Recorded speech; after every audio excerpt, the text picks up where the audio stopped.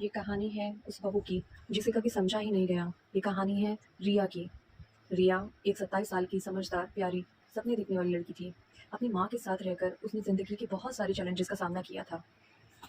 उसकी माँ एक स्कूल टीचर थी और रिया ने अपनी पूरी पढ़ाई और घर दोनों अच्छे से संभाले। रिया ने बचपन से ही एक सपना देखा था, एक प्यारा सा परिवार जहाँ सब एक दूसरे की इज्जत करें, प्यार करें, जहाँ उसे भी माँ की तरह ट्रीट किया जाए, ना कि किसी आउटसाइडर की तरह। फिर एक दिन उसकी शादी फिक्स हो गई अर्जुन से। अर्जुन एक ठीक ठाक लड़का था, नौकरी करता था, ज़्यादा बात नहीं करता था, लेकिन शादी से पहले रिया को लगा कि शायद ये मेच्योर आदमी है। सास भी मिलने आई थी, बड़ी सी स्माइल और हैवी ज्वेलरी के साथ। रिया ने सोचा चलो सब ठीक होगा, अच्छा ही होगा। लेकिन शादी के पहले 7 दिन के अंदर ही उसके सपने बिखरने लगे। पहले सप्ताह में उसकी उम्मीदें टूटने लगी। शादी के पहले दिन सुबह 5 बजे रिया से कहा गया, बहू चाय बनानी है, हमारे घर में नए लोग जल्दी उठ जाते हैं। उसने मुस्कुरा कर काम किया। फिर 6 बजे तक ब्रेकफास्ट, 8 बजे तक सब्जी। और फिर सास ने पूछा, लंच का क्या प्लान है, अच्छे से बनाना, हमें बाहर का खाना पसंद नहीं। पति अर्जुन ने भी उसको कोई हेल्प नहीं करी, ना ही पूछा कि वो थक गई है। और जब रिया ने शाम को कहा कि उसके सर में दर्द है, तो पता है सास ने क्या कहा, तुम बाहर की लड़कियां तो सिर्फ बहाने बनाती हो, हमारे ज़माने में तो दर्द की कोई शिकायत ही नहीं करते थे। रिया चुप रही। ये सब सहते सहते 2 महीने हो गए। तनाव और तन्हाई बढ़ती ही गई। रिया हर दिन घर के काम में लगी रहती। उसे अपने सपने या करियर के बारे में बात करने का वक्त ही नहीं मिलता। कभी ऑनलाइन कोर्स करने की चाहती तो सास कह देती, नौकरी करके क्या करूँगी, घर संभालो वही काफ़ी है। एक रात रिया ने हिम्मत करके अर्जुन से कहा, मैं थोड़ा अपना काम करना चाहती हूँ, पेंटिंग बेचना चाहती हूँ, थोड़ा लिखना। अर्जुन ने फ़ोन से नज़र हटाए बिना ही जवाब दिया, माँ को प्रॉब्लम होगी, तुम घर पे ध्यान दो। उस दिन रिया ने फील किया इस घर में उसकी कोई आवाज़ नहीं है। ये सब करते करते 6वां महीना आ गया। सब कुछ सहते हुए 5 महीने बीत चुके थे।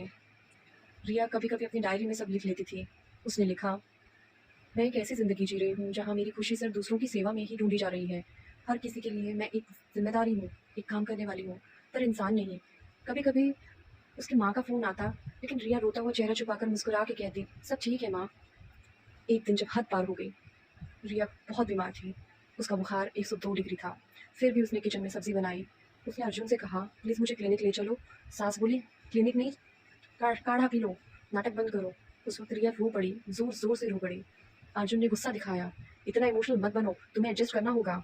उस दिन रिया ने चुप रहना छोड़ दिया और पलटकर आवाज़ उठाई। रिया ने अपने कपड़े समेट लिए, अपनी डायरी उठाई और माँ के घर आ गई। पूरी दुनिया ने कहा शादीशुदा ज़िंदगी से भाग आई हो, लेकिन रिया ने क्या कहा पता है, मैं किसी ज़िंदगी से नहीं भागी, मैं सिर्फ उस ज़िंदगी से निकली हूँ जहाँ मुझे अपने ही वजूद को छुपाना पड़ता था। रिया ने एक ब्लॉग स्टार्ट किया। पता है उस ब्लॉग का नाम क्या है? सुनो बहू की बात। जहाँ हर बहू अपना दर्द लिखती है, जहाँ जजमेंट नहीं होता, सिर्फ समझा जाता है। रिया ने पढ़ना शुरू किया, अपने आर्ट ऑनलाइन बेचना शुरू किया और फिर एक नई रिया का जन्म हुआ, जो कमज़ोर नहीं थी पर शांत थी, जो रोती थी पर अब खुद के लिए भी जीती थी। और आज की रिया कैसी है पता है? आज की रिया एक आवाज़ है उन सब बहुओं के लिए जिन्होंने अपने दर्द को सिर्फ साइलेंस में जिया। उसने साबित किया बहू होना अपमान का लाइसेंस नहीं है, इज्जत, प्यार और स्वाभिमान हर औरत का अधिकार है।